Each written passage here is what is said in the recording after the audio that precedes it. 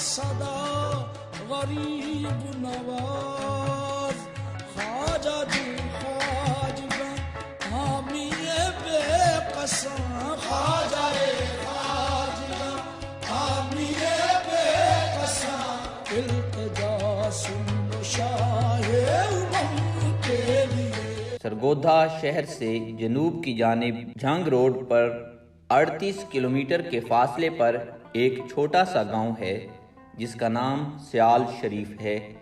یہاں سلسلہ چشتیہ کی عظیم روحانی درگاہ ہے۔ آج سے 150 سال قبل یہ صرف ایک ڈیرہ تھا جس کے ایک نوجوان شمس الدین کو علم اور روحانیت کا شوق سینکڑوں میل کا سفر کروا کر تونسہ شریف حضرت خواجہ شاہ سلیمان توسوی رحمۃ اللہ تعالی علیہ المعروف پیر پٹھان کی خدمت میں لے گیا، جو حضرت خواجہ نور محمد چشتی مہاروی رحمۃ اللہ تعالی علیہ کے مرید، خلیفہ اور شیخ کامل تھے۔ پیر پٹھان نے جب شمس الدین سیال کے جذبے، شوق، ریاضت، خدمت شیخ اور عشق حقیقی کے معیار کو جانچا اور سمجھا تو پہلے تو اپنے خاص مریدوں میں شامل فرمایا، بعد ازاں خرقہ خلافت سے نوازا، اور پھر شمس الدین سیال جب حضرت خواجہ شمس العارفین بن کر ڈیرہ سیال پر تشریف لائے تو ڈیرہ سیال سیال شریف کے نام سے مشہور ہوا۔ حضرت خواجہ محمد شمس الدین سیالوی رحمۃ اللہ تعالی علیہ المعروف حضرت خواجہ شمس العارفین سیالوی سے یہ روحانی سلسلہ شروع ہوا۔ آپ خواجہ شاہ سلیمان توسوی پیر پٹھان کے مرید اور خلیفہ ہیں۔ 1900 میں ختم نبوت کی حفاظت اور مرزا قادیانی سے مقابلے کے لیے اللہ تعالیٰ نے عالم اسلام کی جس ہستی کو منتخب فرمایا وہ آپ ہی کے مرید اور خلیفہ پیر مہر علی شاہ تھے۔ آپ نے ان جیسے 35 خلفاء چھوڑے، پھر ایک عالم ہے جو ان سے فیض یاب ہوا اور انشاءاللہ تا قیامت ہوتا رہے گا۔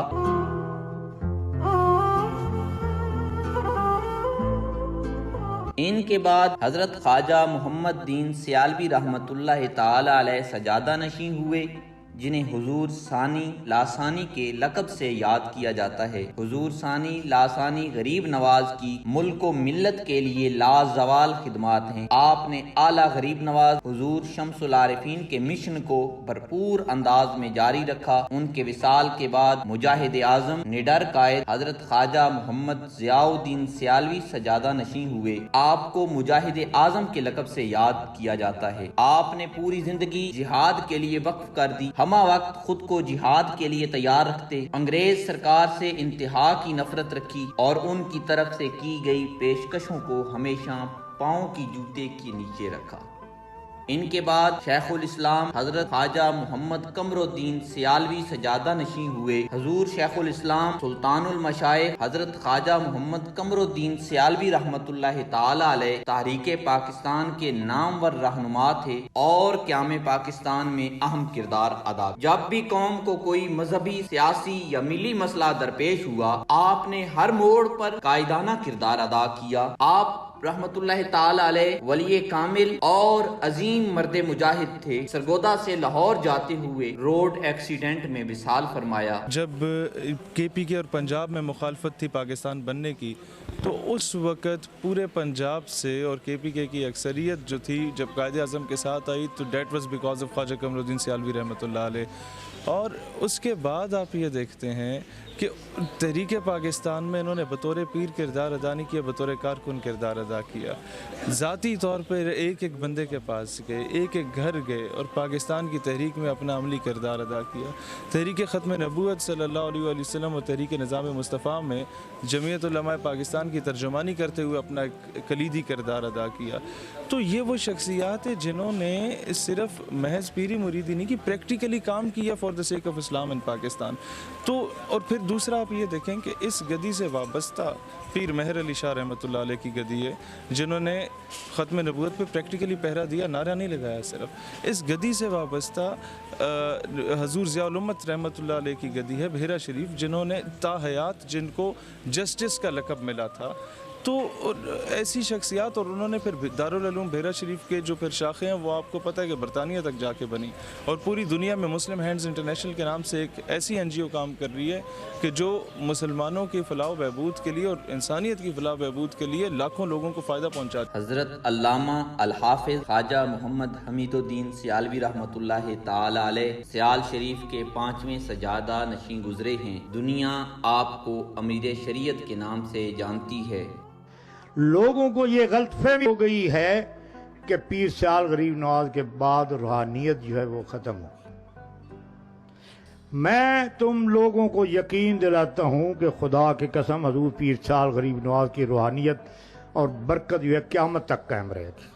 حضور خواجہ محمد قمر الدین سیالوی رحمۃ اللہ تعالی علیہ نے دعوت و تبلیغ کا جو سلسلہ آپ نے شروع فرمایا تھا، حضرت خواجہ محمد حمید الدین سیالوی رحمۃ اللہ تعالی علیہ نے اسے جاری رکھا۔ دربار شریف پر بھی آپ کی مصروفیت دیدنی ہوتی۔ ملک بھر سے آئے ہوئے پیر بھائیوں کی دینی و دنیاوی معاملات میں رہنمائی کرنا، مہمانوں کے کھانے پینے اور رہائش کے انتظامات کا خود جائزہ لیتے، سفر و حضر میں نماز باجماعت کا اہتمام فرماتے، ملکی امور کے ساتھ بین الاقوامی حالات پر بھی آپ کی گہری نظر ہوتی۔ آپ کی مسلسل دینی اور تبلیغی سرگرمیوں سے متاثر ہو کر 1988 میں آپ کو سینٹ آف پاکستان کا رکن منتخب کیا گیا، اور آپ 6 سال تک مسلسل سینٹ کے رکن رہے اور وہاں پر اسلامی قانون سازی کے لیے اپنا مؤثر کردار ادا کیا۔ سینٹ میں آپ کے قیام کے دوران جب بھی خلاف شریعت بات ہوتی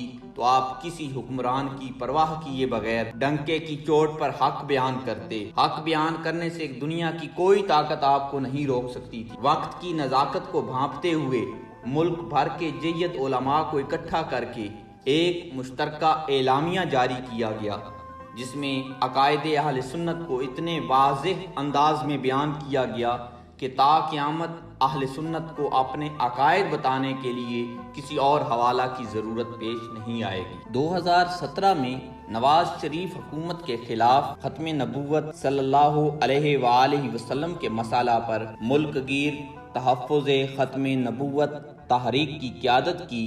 آپ کی کال پر لاکھوں عشاقان مصطفیٰ صلی اللہ علیہ وآلہ وسلم میدان عمل میں اتر آئے، جس سے حکومتی در و دیوار ہل گئے۔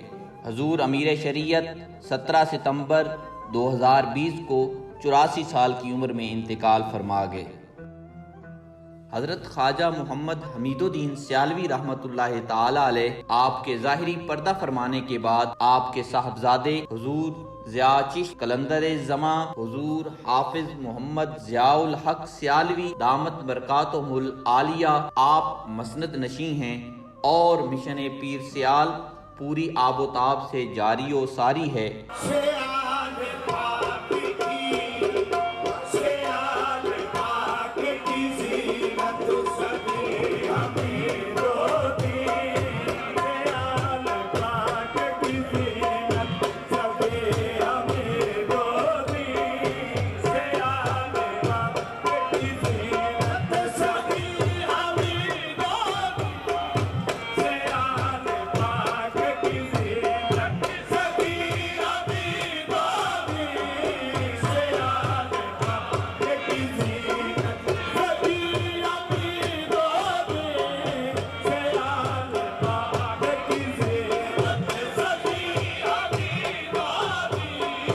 حضور ضیاء چشت اپنے غلاموں پر خوب کرم نوازی فرما رہے ہیں اور کریمی کے خزانے لٹا رہے ہیں۔ آپ کے چھوٹے بھائی صاحبزادہ محمد قاسم سیالوی صاحب ہیں، جنہوں نے اپنے والد گرامی حضور امیر شریعت کے حکم سے عظیم فلاحی تنظیم شمس و قمر فاؤنڈیشن کی بنیاد رکھی اور دن رات پیر بھائیوں کی فلاح و بہبود میں کمر بستہ ہیں۔ شمس و قمر فاؤنڈیشن کے ملک بھر میں ہزاروں کارکنان ہیں جو خدمت انسانیت میں مصروف عمل ہیں۔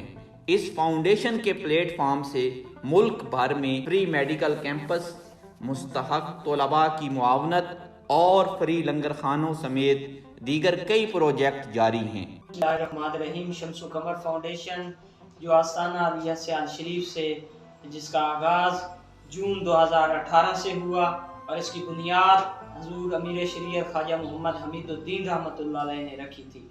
اور شمس و قمر فاؤنڈیشن آج تک جو ہے وہ ہزاروں کی تعداد میں میڈیکل کیمپس لگائے گئے، جہاں پہ ہزاروں کی تعداد میں فری میڈیسن اور مریضوں کا فری چیک اپ کیا گیا۔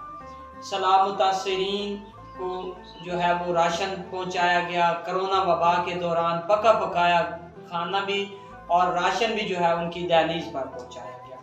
تو اس سلسلے کو آگے بڑھاتے ہوئے چیئرمین صاحب کی ہدایت پر غریب اور یتیم بچیوں کے جہیز کی بھی فراہمی کی گئی، اور یتیم بچوں کی جو ہے وہ تعلیم کی جو ہے وہ کفالت بھی شمس و قمر فاؤنڈیشن نے اپنے ذمہ لی ہوئی ہے، اور اب تک جو ہے وہ ماہانہ کی بنیاد پر لاکھوں کے حساب سے جو ہے وہ غرباء، مساکین اور بیواؤں کو جو ہے وہ راشن دیا جا رہا ہے۔ اب یہ مشن رکنے والا نہیں ہے، اب یہ مشن انشاءاللہ دن بدن حضرت کے حکم سے، چیئرمین صاحب کے حکم سے انشاءاللہ یہ چلتا رہے گا۔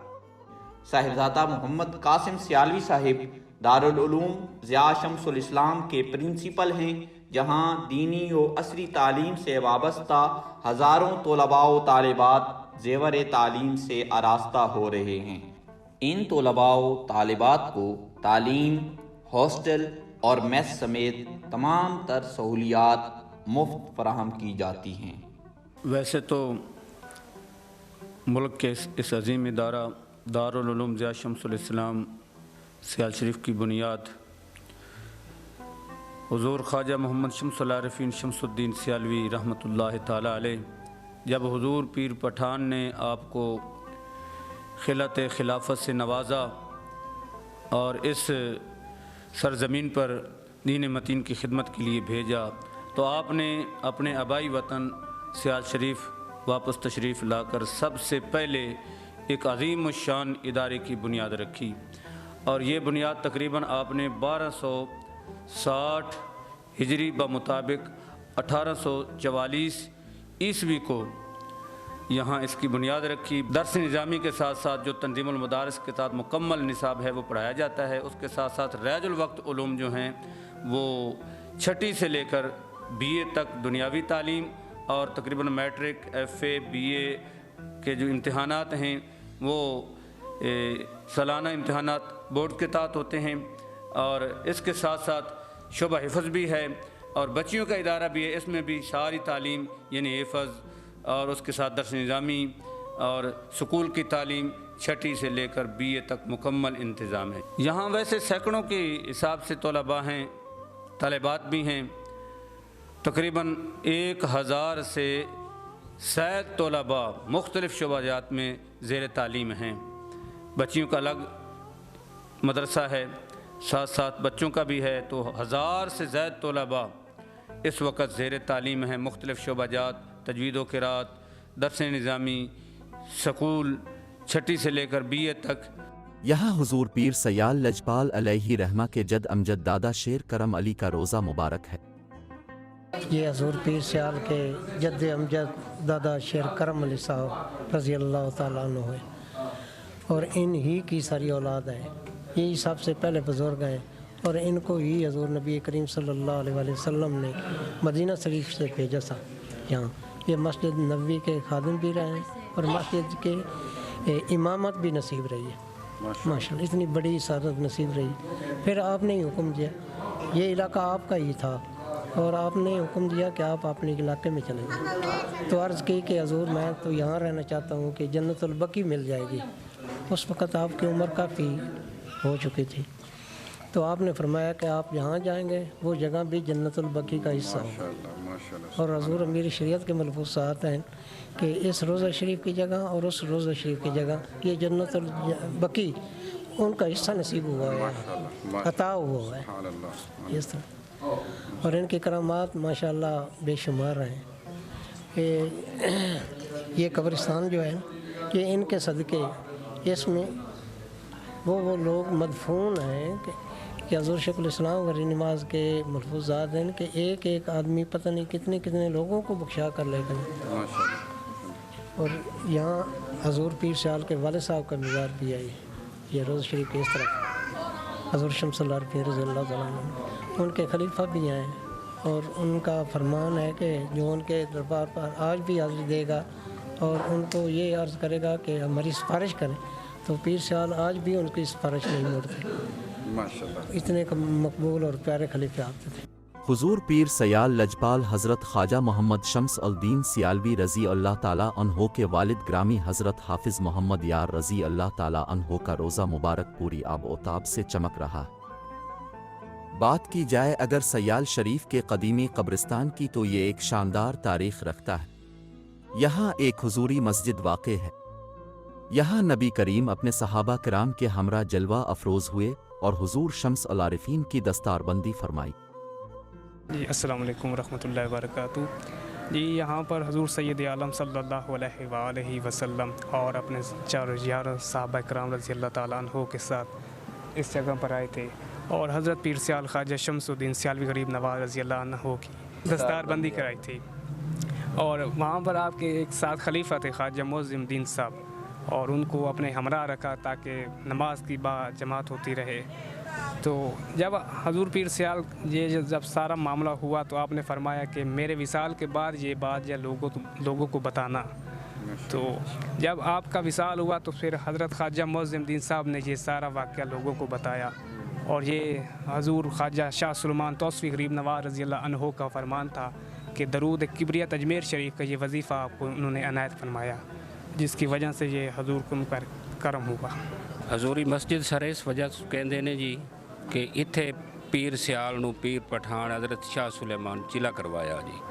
جدہ چیلا مکمل ہویا اس وقت تے حضور پاک اور اصحابہ کرام آل بیت آ کے تے انہاں دستار بندی کی تھی پیر سیال نو حضرت شمس العارفین صاحب جی۔ اس وجہ تو اس چلے گا جگہ تے پھر مسجد تیار ہو گئی، اس نو حضوری مسجد آکھیا جاندہ، اور اتھے 2 رکعت نماز نفل حضور پاک دے لئی پڑھے جاندے نظرانے دے، اور 2 نظرانہ پیر سیال دے لئی پڑھے جاندے۔ یہاں ایک اور معروف بزرگ کی مرقد منور ہے جنہیں شیخ جلیل رحمۃ اللہ علیہ کے نام سے یاد کیا جاتا ہے۔ ان کے بارے میں کہا جاتا ہے کہ نوجوانی میں یہ آزاد خیال تھے اور بزرگوں پر یقین نہیں رکھتے تھے۔